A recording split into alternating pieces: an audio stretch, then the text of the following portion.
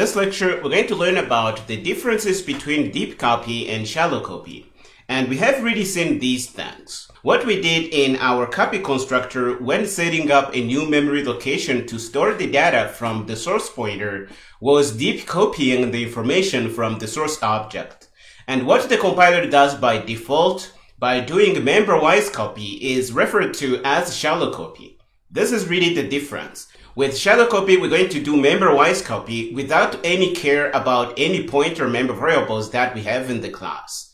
Deep copy is going to be really careful about pointer member variables, and we're going to set up new memory locations, and then we're going to copy the data from the source object and store that in the object that we are copy constructing here. Here is a simple illustration to really drive this home. Suppose we have a person object, which is P1 here, and we want to set up a copy. So the first case we're going to see is for shallow copy. And with shallow copy, we're going to do member-wise copy. So we're going to grab the data from P1 and put that in P2. You see, we grab the last name, we grab the first name and put that in P2 here. And for the member variable, which is a pointer, we're going to grab the address stored in the source object and paste that in our copy constructed object. And you're going to see that this is really going to be a problem because we are copying the address as is. This is what we call shallow copying. We are making a shallow copy from P1 here. So the counterpart to shallow copy is deep copy. And with deep copy, the member variables that are not pointers are going to be copied member-wise. So John is going to be copied into P2 here. Snow is going to be copied into P2 here.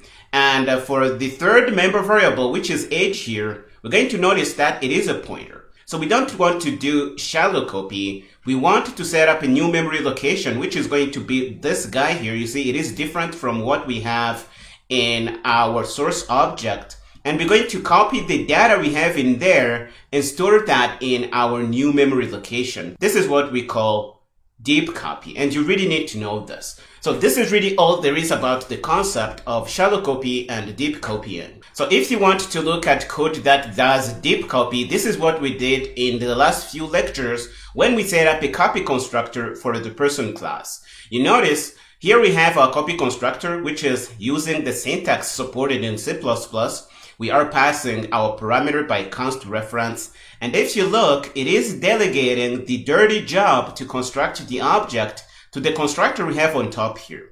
And this constructor is going to set up a new memory location. And then we're going to grab the data we got from the source object, which is this source P here. And we're going to use that inside here. And you see that to pass the data to the other constructor, we are doing the dereferencing. We are basically grabbing the data stored in our age pointer and passing that to be stored in our new memory location. So this is deep copy. Shallow copy is just going to copy the member variables. Let's look at the header class here. So it's going to take the last name and put it in the destination object. It's going to take the first name and put that in the destination object. And then it's going to copy the pointer as is. So it's going to copy the memory address and put that in the destination object. And that's going to be shallow copy. So by now you should really make these two concepts clear because they are going to pop out a lot in your career as a C++ developer. This is really all I wanted to make super clear in this lecture. We are going to stop here in this one. In the next one, we're going to learn about move constructors. Go ahead and finish up here and meet me there.